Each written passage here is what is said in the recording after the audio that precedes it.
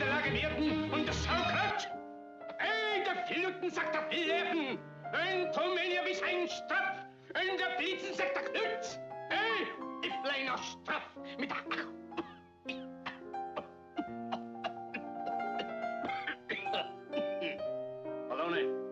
Power and fame turned Charlie Chaplin, the cinema legend, into a monster who acted like the law wasn't written for him. Despite claiming to support social justice, he treated women at home like his personal property and used money and silence to cover things up out of fear of scandal. Let's go through the stories behind all this. Charlie Spencer Chaplin was born in London and had a childhood full of poverty and misery. His father died and his mother went insane. He and his brother Sidney grew up alone in a terrible orphanage. At 15, he joined the theater, found his talent, went to America, and with the character of the little tramp, became the world's most loved comedian. But Chaplin couldn't control his lust, and that behavior stained his name. Okay, let's see what those affairs were. And hey, don't forget to subscribe. At 20, Chaplin fell in love with a girl but couldn't marry her. Finally, at 29, he entered a relationship with Mildred Harris, a teenage actress who was only 16. She told Chaplin she was pregnant, and terrified of scandal, he decided to marry her. They married that fall, but the relationship was based on lies from the start. Later, it turned out Harris' pregnancy was fake, and when she did become pregnant, their baby died after 3 days. Their marriage was full of fights. Chaplin thought Harris didn't understand him and only wanted his fame and money. He reportedly cheated on his wife multiple times and they basically lived apart. Finally, in 1920, Harris filed for divorce, citing incompatibility and infidelity. The court awarded her part of his assets and a house, and Chaplin had to pay about $100,000 in damages. This was Chaplin's first divorce experience, and he later said marriage shouldn't be based on coercion and fear of scandal. But he didn't learn. Soon he got into an even more controversial relationship. Despite that loss, the death of his child led him to make the film The Kid, a work full of paternal feeling and separation. That film was a kind of therapy for his pain and showed that even his deepest personal suffering could turn into universal art. He later admitted that laughter and tears are two sides of the same coin, and maybe that bitter experience taught him how to turn tragedy into comedy. His first marriage made him distrust young women, thinking they were after his fame and money. So in later relationships, he became more suspicious and, according to reports, treated subsequent women violently. Not long after splitting from Harris, Chaplin set his sights on a 15-year-old named Lita Gray, the actress who played the angel in the Kid film. Lita became pregnant in 1924, and her mother threatened to sue Chaplin for seduction of a minor and rape if he didn't take responsibility. To avoid prison and public scandal, Chaplin married her.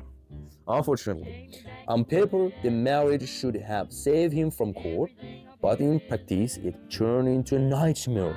Chaplin, who saw himself as a free artist, now felt trapped in marriage and under the control of his mother-in-law and a wife he called childish and inexperienced. He sent Gray on long trips to Mexico and New York and had affairs with other women.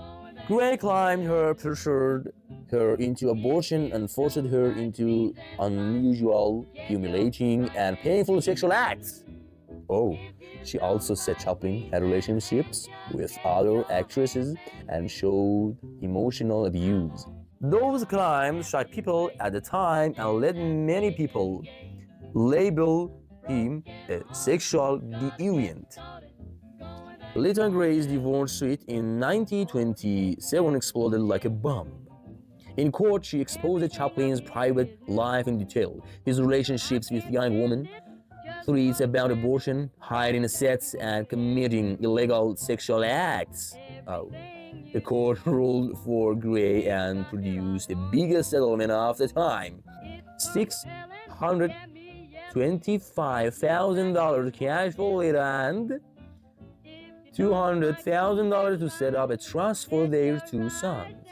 On top of that, Chaplin had to pay huge legal fees that totalled nearly $1 million on that time.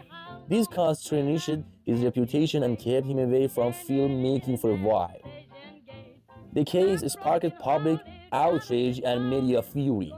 Newspapers made the lurid details of his sex life front-page news, and some lawmakers even wanted to ban his films. The scandal took a heavy toll on Chaplin's spirit. He was hospitalized for a time due to psychological pressure and admitted in an interview that my artistic instinct was being drawn in the mire of scandal. The case cost him many fans, but it was the end. After surviving the storm of his second divorce, Chaplin entered a calm relationship. In 1932, he met Paulette Goddard, a young, smart Hollywood actress. Goddard was 21, beautiful, independent, ambitious, and had similarities with Chaplin. They lived together for several years, but unlike his earlier relationships, they preferred to keep things private. Some say they officially married in 1936, but there is no definitive legal proof. Chaplin later said their marriage was more a spiritual commitment than a paper one. Chaplin later said their marriage was more a spiritual commitment than a paper one.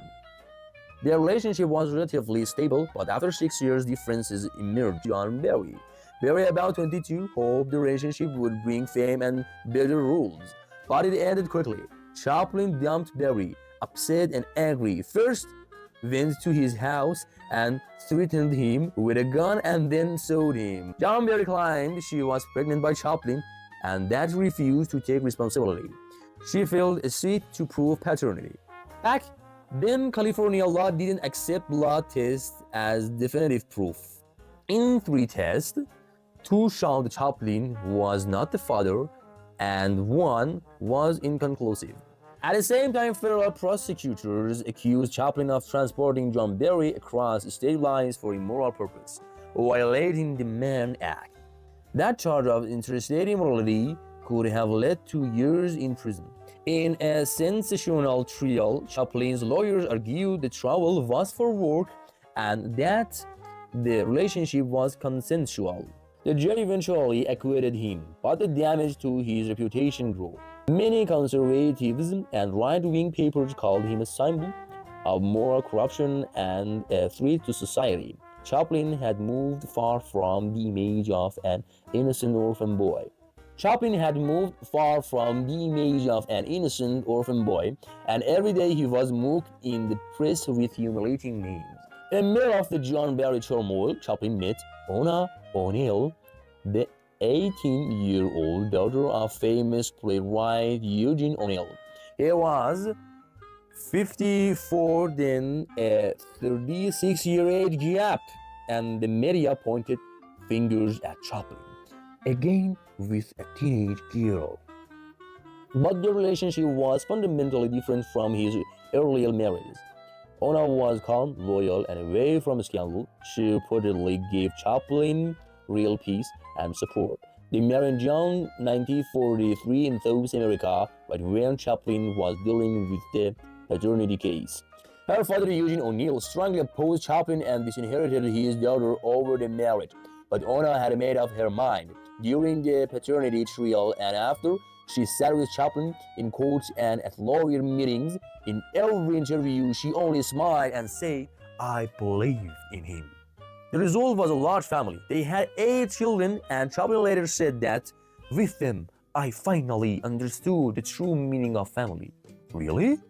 Chaplin left the USA in response and settled in Switzerland. During that time, he encouraged his wife to keep making films and to preserve his old works. She also, according to sources, managed the family finances and helped prevent bankruptcy. Ona even gave up her USA citizenship to show full loyalty and took British nationality. A year later, in 1972, the Hollywood's Academy invited Chaplin to accept an honorary Oscar for a lifetime of achievement. He went to America with Ona and the kids and received a 12 minutes standing ovation that return was a kind of reconciliation with the people who had long mocked him. Close friend said Ona gave her whole life to the man who made the world laugh, and after him, she felt no need to love again. Of course, Chaplin's story isn't just one of sin and fall. In his films, he challenged worker exploitation, poverty, and war with body language and without words.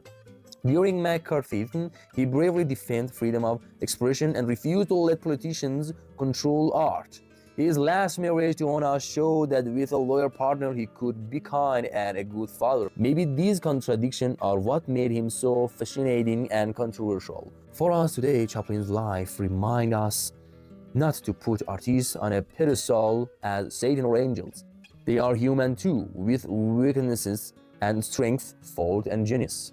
Let our heroes be real, not flawless, so we can learn from their experiences. Thanks for staying with me through this wild ride. Don't forget to leave your thoughts in the comments about this scandalous story and how it changed your view of Chaplin. Thank you.